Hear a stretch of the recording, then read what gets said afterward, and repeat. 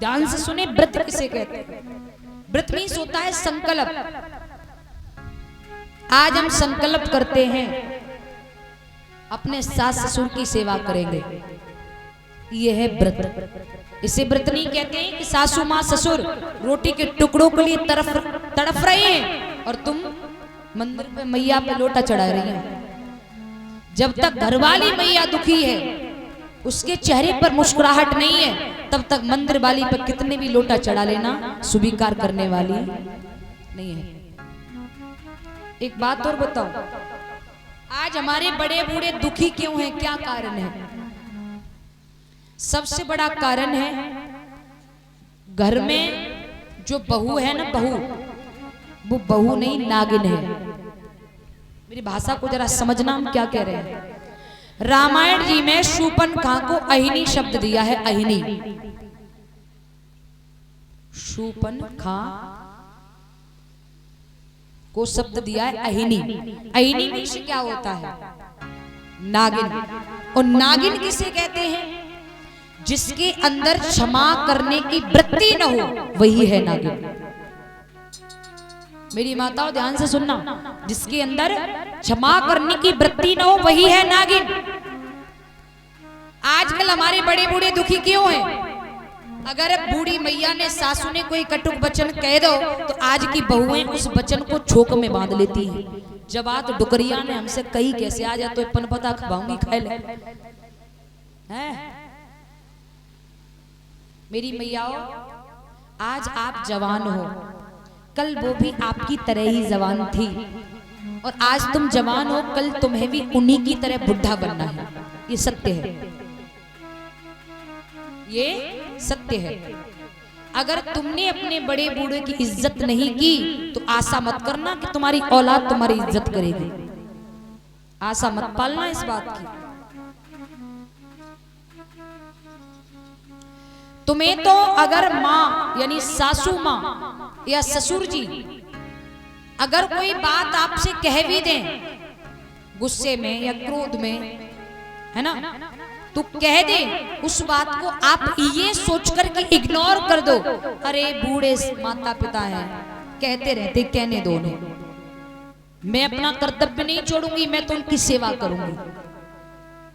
वो कहते हैं कहने दो, क्योंकि आप सभी जानते हैं बुढ़ापे में अक्सर बुद्धि काम करना बंद कर देती है।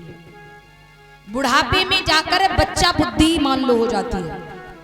इसलिए आपसे हाथ जोड़कर निवेदन है, कभी भी अपने सास ससुर को कष्ट ना दें, कभी भी उनके आंखों में आंसू ना आने दें। अगर उनके आंखों में आंसू हैं, ये मेरा वायदा है, दुनिया का कोई भी तीर्थ कर लेना प्यारे, कोई भी फल मिलने वाला नहीं है। अगर तुमने बूढ़े सास ससुर की उन कटुक वचनों को, कटुक उस बात को आपने अपने झोंक में बांध करके रख लिया, तो तुमसे बड़ी नागिन कोई नहीं है।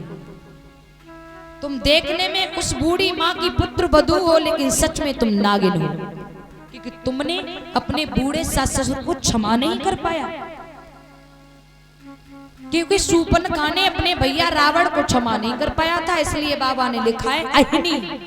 शूर्पणखा को अहिनी शब्द दिया है, क्योंकि शूर्पणखा के पति विद्युत जिह्वा का वध रावण ने कर दिया था। अपनी बहन को राण बनाया था रावण ने अपने हाथों से।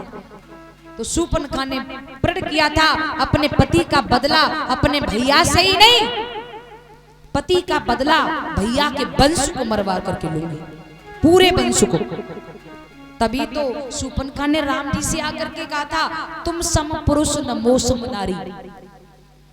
शूर्पणखा का ये भाव नहीं था कि तुम्हारे कितने सुंदर और मेरे कितने सुंदर, ये भाव नहीं था उसका। उसका भाव था तुम सम पुरुष नमो सम नारी, तुम सम पुरुष। सम का मतलब ये नहीं सुंदरता में बोल रही है, नहीं, सम का मतलब है विचार।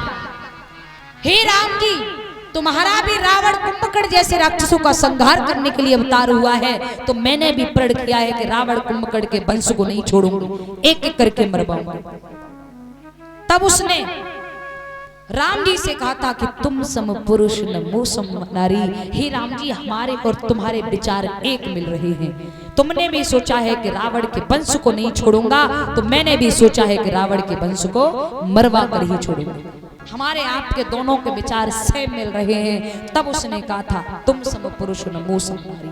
इसलिए निवेदन है मेरी माताओं, हाथ जोड़कर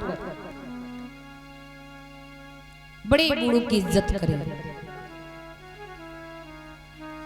एक माँ थी, इकलौता बेटा था, बच्चे की शादी कर दी, घर में बहू आ गई, घर में बहू आ गई।